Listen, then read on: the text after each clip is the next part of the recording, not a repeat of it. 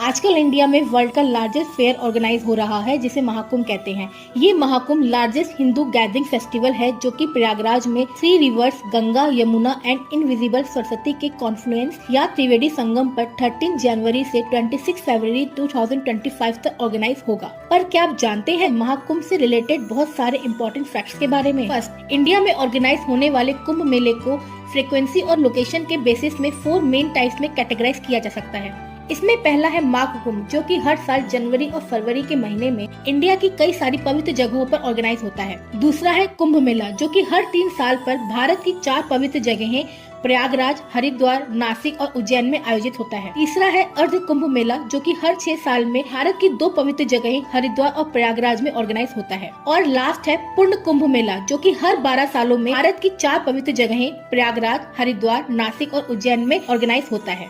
Second point ये है कि 2025 में प्रयागराज में ऑर्गेनाइज होने वाला पूर्ण कुंभ मेला अपने आप में बहुत ही यूनिक है और इसे महाकुंभ इसलिए कहा गया है क्योंकि ये 144 सालों में एक बार आता है। क्योंकि इस समय बृहस्पति, सूर्य और चंद्रमा एक ऐसी यूनिक पोजीशन में आते हैं और एक ऐसा अद्भुत संयोग बनाते हैं जो कि 144 सालों में एक बार बनता है। और इन ग्रहों की यूनिक पोजीशन में होने के दौरान प्रयागराज में आयोजित होने वाले पूर्ण कुंभ को महाकुंभ कहा जाता है। 2025 में ऑर्गेनाइज होने वाला ये महाकुंभ श्रद्धालुओं के लिए उनके पूरे लाइफ टाइम की एक बहुत बड़ी अपॉर्चुनिटी है, क्योंकि अब ऐसा संयोग 144 सालों के बाद 2169 एडी में आएगा। ये 2025 में ऑर्गेनाइज होने वाला महाकुंभ ह्यूमन हिस्ट्री में अब तक की लार्जेस्ट गैदरिंग है, क्योंकि ये महाकुंभ हर 12 साल में होने वाले 12 पूर्ण कुंभों के बाद आया है, इसीलिए ये अपने आप में बहुत ही यूनिक और इम्पोर्टेंट है। थर्ड पॉइंट है mythological and astrological reason behind Kumbh. ऐसा माना जाता है कि समुद्र मंथन के दौरान जब समुद्र से अमृत का कलश निकला तब उसके लिए देवताओं और असुरों में जंग छिड़ गई। असुरों को अमृत ना मिले इसके लिए इंद्र के पुत्र जयंत वो कलश लेकर भाग निकले। इनकी सुरक्षा के लिए सूर्य देव, बृहस्पति देव और चंद्र देव भी उनके साथ गए। जब जयंत उस कलश को लेकर भाग रहे थे तभी उसमें से अमृत की कुछ बूंदें धरती पर 4 जगहें प्रयागराज, हरिद्वार, उज्जैन और नासिक पर गिरी। जयंत 12 दिनों तक उस अमृत के कलश को लेकर भागते रहे और क्योंकि देवताओं का एक दिन पृथ्वी पर 1 साल के बराबर होता है, इसलिए इन 4 जगहों पर हर 12 सालों के बाद सूर्य, चंद्र और बृहस्पति की विशेष स्थिति के संयोग को देखकर पूर्ण कुंभ का आयोजन होता है। इस तरीके से महाकुंभ हमारे भारत की धार्मिक और सांस्कृतिक महत्ता को दर्शाता है। कुंभ की इम्पोर्टेंस के कारण ही इसे यूनेस्को की intangible cultural heritage of humanity की लिस्ट में शामिल किया गया है।